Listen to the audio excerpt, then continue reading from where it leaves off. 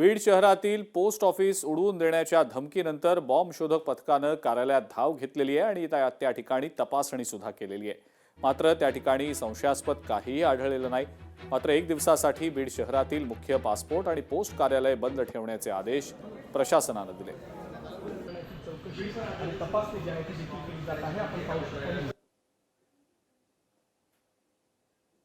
जो मेल आलेला आहे फक्त एवढंच सांगितलं, पुढचं बॉम्ब वगैरे याचं काही सांगितलं नाही।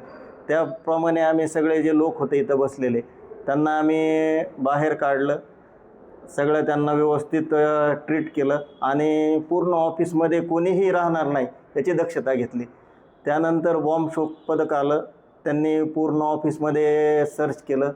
पूर्ण त्यांचा डॉग होता, तो डॉगीमार्फत आणि स्क्वॉडमार्फत पूर्ण ऑफिसचा कोणा आणि कोणा त्यांनी तपासला आणि त्यामध्ये काहीही निष्पन्न झाल्यामुळे त्यांनी आम्हाला सांगितलं की आता तुमचं ऑफिस सुरक्षित आहे।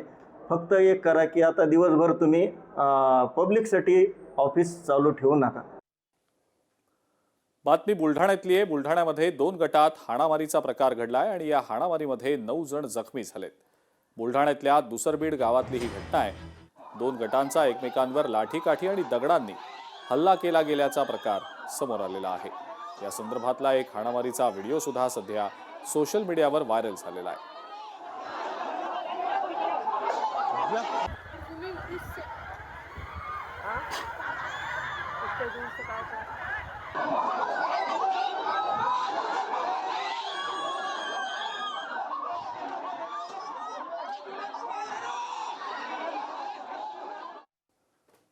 मुंबईमध्ये गेल्या 10 वर्षांपासून बेकायदेशीरपणे वास्तव्य करणाऱ्या युगांडातल्या 2 महिलांवर कारवाई करण्यात आलेली आहे। वाकोला पोलिसांनी कलिना परिसरात ही कारवाई केलेली आहे। गेल्या 10 वर्षांपासून बेकायदेशीरपणे भारतात राहणाऱ्या या 2 युगांडा नागरिक महिलांना ताब्यात घेतलं गेलेलं आहे।